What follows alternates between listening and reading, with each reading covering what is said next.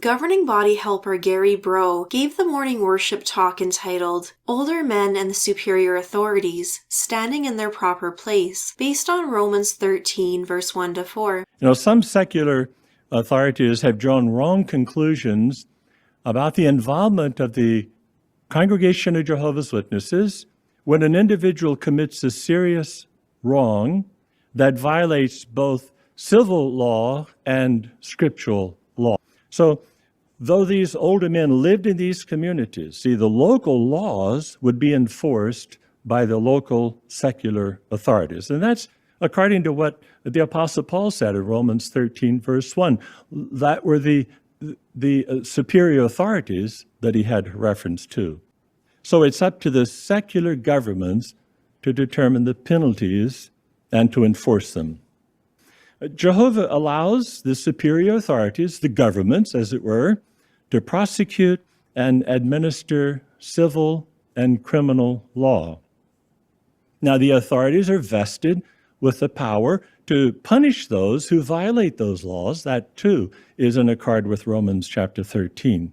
The organization's history on what they taught Romans 13, verse 1-4 meant completely obliterates any claim that Jehovah's Witnesses make that the light is getting brighter. What's worse is that they now hide behind secular law to shield themselves from reporting all cases of CSA. Jehovah's Witnesses changed their understanding of Romans 13, but then went back to their original understanding of the verse. It's normal to see JW doctrines change frequently as they misapply Proverbs 4, verse 18, but they don't usually revert to a previous understanding again. Does that sound like the light is getting brighter? Or more like man-made teachings? In 1886, in the Divine Plan of the Ages, they wrote that the superior authorities were the earthly governments.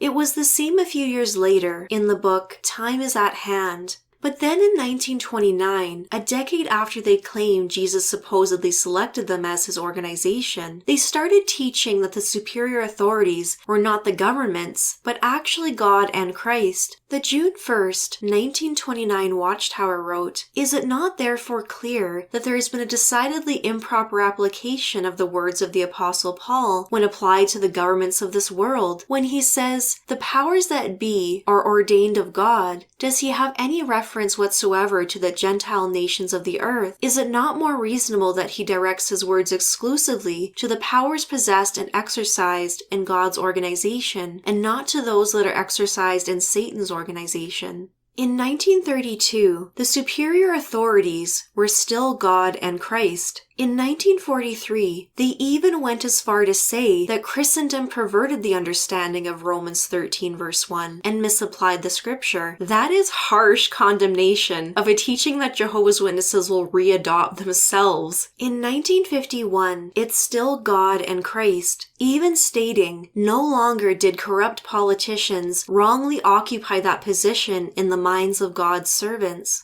The 1952 Watchtower said that claiming the superior authorities were the worldly powers was actually a false teaching. That's right, a false teaching. In 1959, it's still God and Christ. The Divine Purpose book said, with considerable misunderstanding, they had accepted earthly political governments as the superior authorities that God had ordained according to Romans 13 verse 1. And as a result, the witnesses had been held in fear of man, particularly the civil rulers. Let's stop for a second and reiterate what Jehovah's Witnesses said about the teaching that the superior authorities were the worldly governments instead of God and Jesus. They called it a false teaching, improper application, a perversion of Scripture, a misapplication of Scripture, and a considerable misunderstanding that resulted in the witnesses having a fear of man. But in 1962, the witnesses were suddenly graced with new light, and they reverted to the original teaching that was changed 30 years earlier. Now the superior authorities in Romans 13 verse 1-4 were the worldly governments again. Was the organization ashamed that they taught this false teaching, misapplied scriptures, or considerably misunderstood the Bible? No. They patted themselves on the back in the 1975 yearbook. How wisely Jehovah directed us in relationship to the political rulers of the world, exclaims L.E. Reusch, adding, how could we possibly have known that 1964 would see the civil rights issue ferment and boil over into riots in the streets and civil disobedience, violent and passive? We might have found ourselves stuck with the same reasoning that the clergy have, who have involved themselves in marches, protests, and social issues of the day. Just right on time, in 1962 at the summer assemblies, we were fed food at the proper time. In the 1996 Watchtower, they even had the unabashed gall to write this. In 1929, at a time when laws of various governments were beginning to forbid things that God commands, or demand things that God's laws forbid, it was felt that the higher powers must be Jehovah God and Jesus Christ.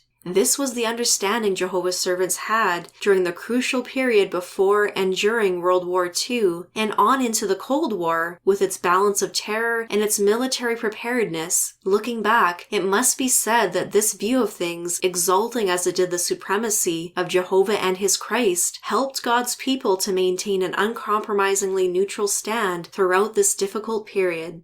It's like the organization expects Jehovah's Witnesses to forget that they often quote Jesus' command to be no part of the world as reason to remain politically neutral. What do you think of an organization that claims to be the one true religion, but regularly changes their doctrine and beliefs, sometimes even reverting to a previous teaching that they once said was false, and then not recognizing their error or apologizing for it? Since 1962, they have kept their teaching of Romans 13 remarkably constant, saying that the superior authorities are the worldly governments. What is really insidious, though, is how the organization now hides behind this verse today when it comes to child sexual abuse cases.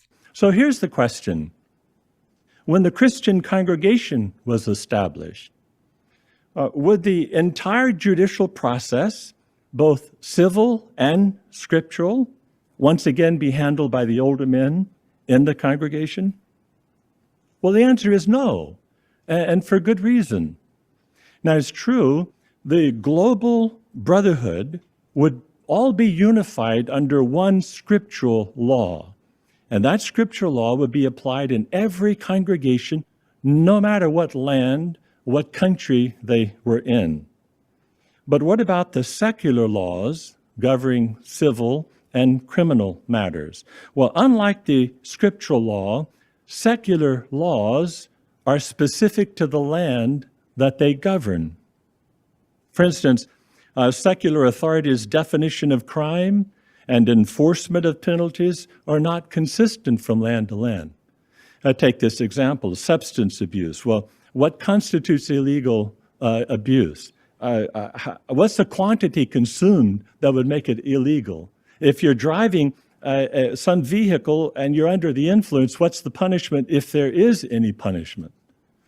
You see, the answer to those questions really vary widely from country to country. In fact, even from state to state at times. You'll notice that not once does Gary Breaux mention CSA cases in his talk, but everyone that is paying attention knows that's exactly what this talk is about, because their stance on mandatory reporting is giving them huge legal troubles. Let's compare and contrast what elders are supposed to do when a Kingdom Hall property is damaged and what they are supposed to do in cases of CSA. In the Secret Elders Manual, Shepherd the Flock of God, in chapter 21, point 31, it says, when property damage occurs, quick action can go far in preventing further damage. Break-ins, thefts, arson, or other incidents of vandalism should be promptly reported to the local authorities. How about cases of child abuse? Are they told to promptly report it to the local authorities? Chapter 29 says, to ensure compliance with applicable laws, 2 elders, if possible, should call the legal department immediately in the following situations. The elders learn of an accusation of child abuse, abuse of the elderly, or abuse of the disabled.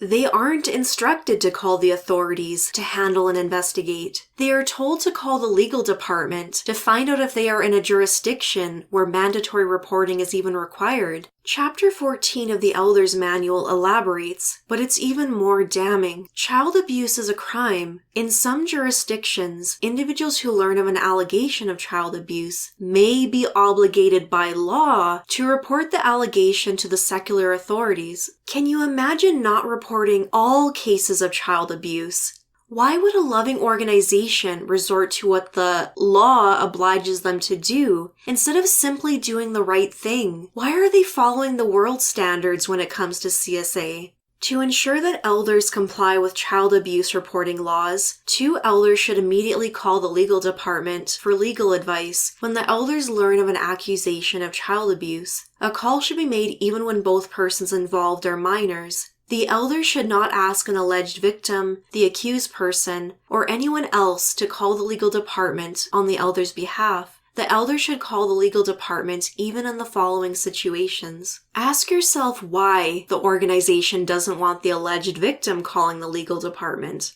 The legal department will provide legal advice based on the facts and the applicable law. If the individual who is accused of the child abuse is associated with your congregation, the 2 elders calling should provide the legal department with the individual's full name, date of birth, and, if applicable, date of baptism. After speaking with the legal department, the call will be transferred to the service department. If there is potential for media interest in the situation, the call will then be transferred to the public information department. Do elders care that they're legally being thrown under the bus? How many are aware of the elders in Michigan, USA, that were found guilty for failing to report sexual abuse because they listened to the legal department's advice? One of the elders said he sought the advice of the attorneys at JW headquarters in New York. He testified he did not know who he spoke to or what their qualifications were as an attorney. But he said that this person advised that he was not required to report the abuse, and he trusted that advice, he said. This elder was called extremely irresponsible to take advice from someone over the phone in another state, not even knowing who he was talking to or what their qualifications were. If any elders are watching, are you paying attention? Link is in the description below if you want to read more about this case. Notice the reference to the Public Information Department. A few of their videos were leaked. I have a link to a video in the description below to see how actively they push their propaganda in the media. Even in cases of child pornography, elders are told to immediately contact the legal department. How disgusting.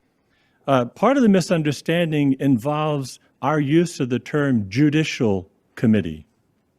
Now, some erroneously conclude that the congregation is trying to take over the work of the police or the judicial courts, and that's simply not the case, as explained in the May 2019 Watchtower, page 7, that our comments are taken from here today. Since Gary brought up the Watchtower article, let's examine it carefully. Watchtower has nearly perfected the art of writing something that is technically true, but still omit vital information that completely changes the meaning. What they don't write is as important as what they do. Paragraph 7 says that the elders do not shield any perpetrator of child abuse from legal consequences of his sin. What do you call not reporting every single case of child abuse to the authorities right away, but instead contacting the legal department?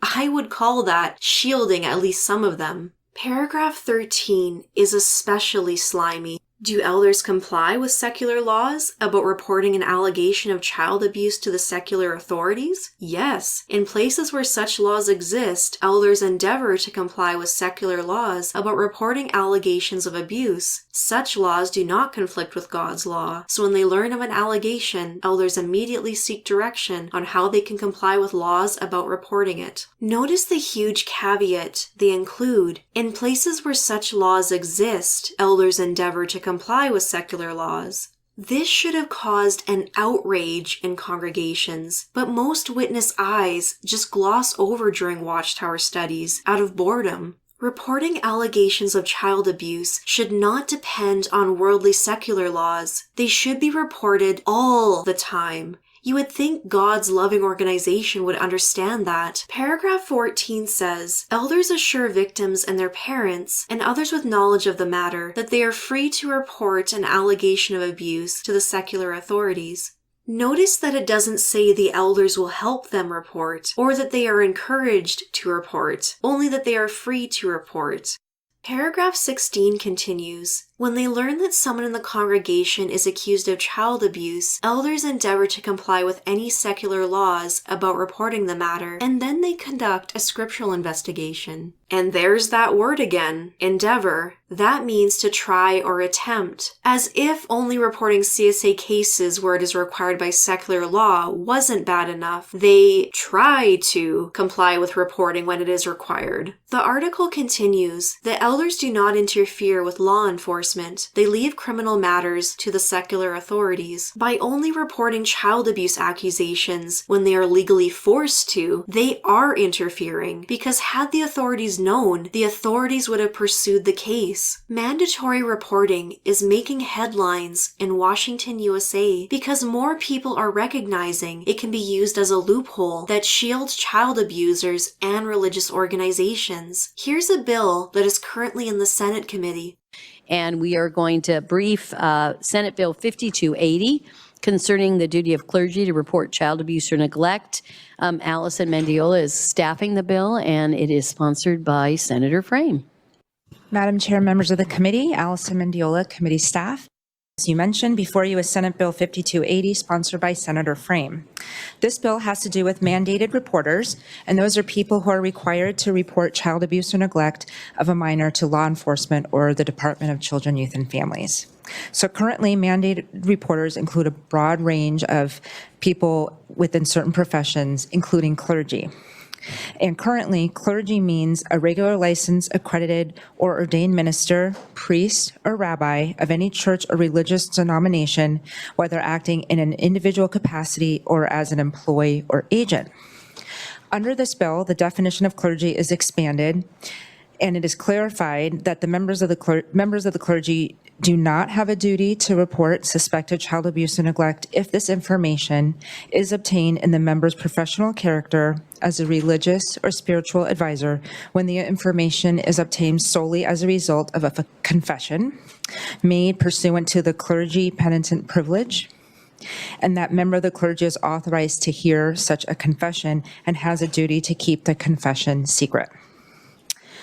Also under this bill, this does not apply if the member of the clergy has received the information from any source other than a confession, and in this case, the member of clergy is required to report the child abuse or neglect. And additionally, the clergy penitent privilege does not limit a member of the clergy's duty to report when the member of the clergy is acting in some other capacity that would otherwise require them to make a report, such as a coach, teacher, things like that. Thank you, Madam Chair. Good morning, everyone. For the record, Noelle Frame, State Senator from the 36th District, bringing this legislation to you before you today, which frankly is a result of really good investigative reporting. Investigate West did a deep dive report on years of sexual abuse of children that has gone unreported in a particular faith community here in Washington State because we don't have a mandated reporter law. In that particular faith community, the rule is if, unless compelled by law, religious leaders are to report allegations of abuse to the church central office as opposed to reporting it to authorities. Yes. She is talking about the Jehovah's Witnesses. I'll have a link in the description below to the Investigate West article. It's so sad how many Jehovah's Witness children have been abused, and how the Jehovah's Witnesses are hiding behind secular laws instead of doing the right thing and simply reporting all cases of child sexual abuse. I know when I read that story, as did Representative Amy Wallen, who's the prime sponsor of the House Companion, we thought, let's solve that problem. Frankly, a problem that we didn't even know existed.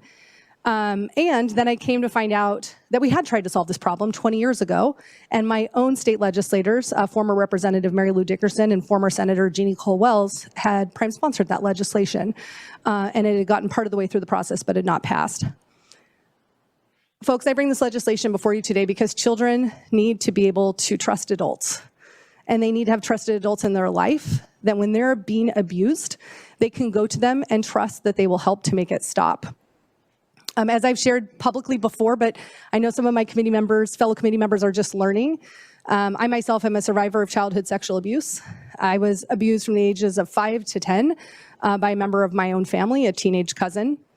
And in my own case, I didn't feel like I could tell anybody until first I talked to a classmate who was herself being abused by her stepfather and told me I could tell a trusted adult and it would stop. And I did. I told a teacher. And the teacher was a mandated reporter. And they brought in my parents and they told my parents and the abuse stopped. Religious leaders have a very trusted, frankly, intimate relationship with the family members that are members of their faith community. And I frankly could imagine it being devastating for a religious leader to learn that a member of a family that they know is an abuser. But we have to prioritize the safety of those children, and we need to compel our religious leaders to report this abuse when they know it's happening. And sadly, we know now the old stranger danger campaign of the 80s is not actually how abuse happens. Abusers are typically known to children, whether they're a family member, a friend, a coach, somebody else that has a trusted relationship with that child. We need more trusted adults available to our children. I think religious leaders can and should be that, and the law should back them up. We need religious leaders to be mandated reporters. And I will note, Allison mentioned the penitent clergy privilege. I was advised to exempt that because that was the major hurdle back in the 90s. I will note for the record, if my colleagues are willing to go there with me, I would happily amend the bill and include confession as part of the requirement for mandated reporting as well. And with that, I commend the bill to you and happy to answer any questions. Thanks for bringing this important bill forward again. And Vice Chair Kaufman, would you like to call up? We have two panels. Thank you, Madam Chair. So our first panel will be Cristina De Leon, Larry Shannon, and Mario Villanueva. I am here as a constituent, and also I'm a board member of the Association of Secular Elected Officials. ASCO is a 501c3 network for elected officials who do not hold theistic or other supernatural beliefs and who seek to govern and advance policy based on evidence, reason, and compassion. I'm also a public school employee. In my mind, once a mandated reporter, always a mandated reporter, because during my time as an educator, I understood the tremendous responsibility surrounding child welfare. While we know that mandatory reporting is far from perfect, this system can often be a first or even a last line of defense to prevent heart-wrenching if-only stories. Children and other vulnerable individuals should be able to trust the adults who care for them, and tragically, we do know that that's not always the case. Similarly, doing no harm should come from a place of compassion and altruism rather than as a legal requirement. Doing the right thing for the right thing's sake is surely not unique to the secular community. After all, there are many within the religious community who share a spirit of community care as a basic responsibility that comes with sharing a planet together. However, mandated reporting is a stopgap against the bystander effect that can get the best of us. Therefore, I urge passing of this bill, but if and only if the Senate passes a version of this bill that is concurrent with what is modified out of committee in House Bill 1098. That is, it's imperative that we strike the language from the bill that gives a dangerous loophole in the form of confessional exceptions. We must strike this element. Otherwise, we're simply creating a new loophole instead of closing one. The idea that there would be an asterisk for such a critical requirement should not sit well with us. This would be akin to during student conferences as a teacher, if a child were to, or a parent were to disclose something, but that was not exempt to the rule. So I urge us to pass it, but only in the case of requiring that confessional be added and not exempt. For the record, could you please identify yourself? Thank you. I'm Cristina De Leon. I live in Black Diamond, Washington. Thank you so much. Thank you. All right, next up we have Larry Shannon. Thank you, Madam Chair, members of the committee. For the record, my name is Larry Shannon, representing the Washington State Association for Justice, and here to speak in strong support of this bill. I believe that I want to thank the sponsor for her work, and I'm going to apologize in advance that I haven't been able to talk to her about adding on to what my colleague to the left just very ably testified to. Unfortunately, we have heard about and we know the need for this bill.